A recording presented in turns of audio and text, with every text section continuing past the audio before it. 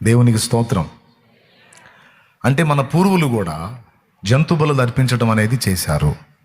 పూర్వుల దాకా ఎందుకు? తెలంగాణ పోండి, ఇల్లు కట్టుకున్నాడు, ఇల్లు ఓపెన్ పెట్టుకున్నాడు అంటే ఖచ్చితంగా పొట్టేళ్ళను కోయాల్సింది. పొట్టేళ్ళను కోసి దాని బ్లడ్లో హ్యాండ్స్ ముంచి గుమ్మాలు కొడతారు. ఎంతమందికి తెలుసు? బలికాండ చేస్తారు వాళ్ళు. ఇప్పటికి కూడా దేవర్ల పేరుతో జాతరలు జరుగుతున్నప్పుడు అందులో బలులే జరుగుతున్నాయి. అంటే వాళ్ళకి తెలియక బలులు అర్పిస్తున్నారు. ఇంకా అసలైన బలి జరిగిపోయింది. అదే మనం వాళ్ళకి చెప్తున్నాం, జాతరలు చేసే వాళ్ళకి ఇంకా అవసరం లేదు మీ జంతు బలులు, మనందరికీ సరిపోయిన ఒకటే బలి జరిగింది, అది యేసుక్రీస్తులో జరిగింది.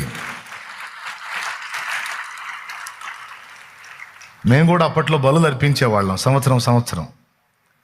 యేసుక్రీస్తులోకి వచ్చినాక ఇక బలులతో అక్కర్లేదని అర్థమైపోయింది. బలు అర్పించేవాళ్ళు ఏట అర్పిస్తారు చూడండి. యేసుక్రీస్తు దగ్గరకు వచ్చినోటి ఇక ఏట అర్పించాల్సిన అవసరంలా. యేసుక్రీస్తు రక్తముతో ఎప్పటికీ దేవునితో శాశ్వత సమాధానం ఏర్పడింది. దేవునికి మహిమ. అదిగో చూడండి, తెలంగాణలో ఒక హోటల్కి నేను వెళ్ళినప్పుడు ఆ హోటల్లో ఓపెనింగ్ జరిగినప్పుడు అదిగో రక్తంలో హ్యాండ్ ముంచి కొట్టారు. అది ఫోటో తీయండి అని చెప్పాను నేను.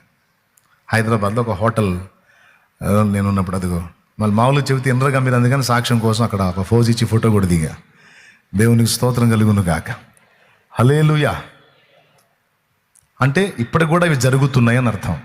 ఇప్పుడు నేనేం చెబుతున్నానంటే, ఎందుకయ్యా రక్త ముద్ర కొట్టావు ఇంటి మీద, నుదుటిన రక్తవర్ణం ఎందుకు దిద్దావు తిలకం, వసారాలో రక్తవర్ణాన్ని ఎందుకు వాళ్ళు ఏమంటారంటే జాజు అని అంటారు.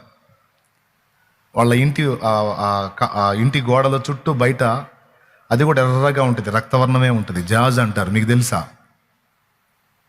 స్త్రీలకు తెలిసిద్ది. పేడకళ్ళాపు జల్లి ఆ జాజ్ వేసి జాజు మీద ముగ్గేస్తారు. ఎవరన్నా చూస్తే చేయొత్తండి, నాకు తెలుసు అండి. మరి చేతులు ఎత్తారే.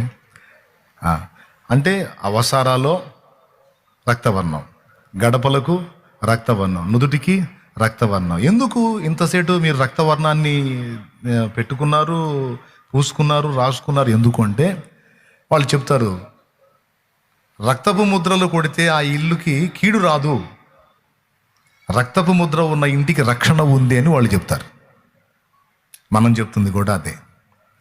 రక్తవర్ణం దిద్దుకున్న నుదుటికి దిద్దుకుంటే ఆ ఒళ్ళు క్షేమం, రక్తవర్ణం ఉన్నటువంటి ఆ ఇల్లు క్షేమం. నేను అంటున్నాను, యేసు రక్తంలో పాపాలు కడుక్కుంటే ఆత్మక్షేమం.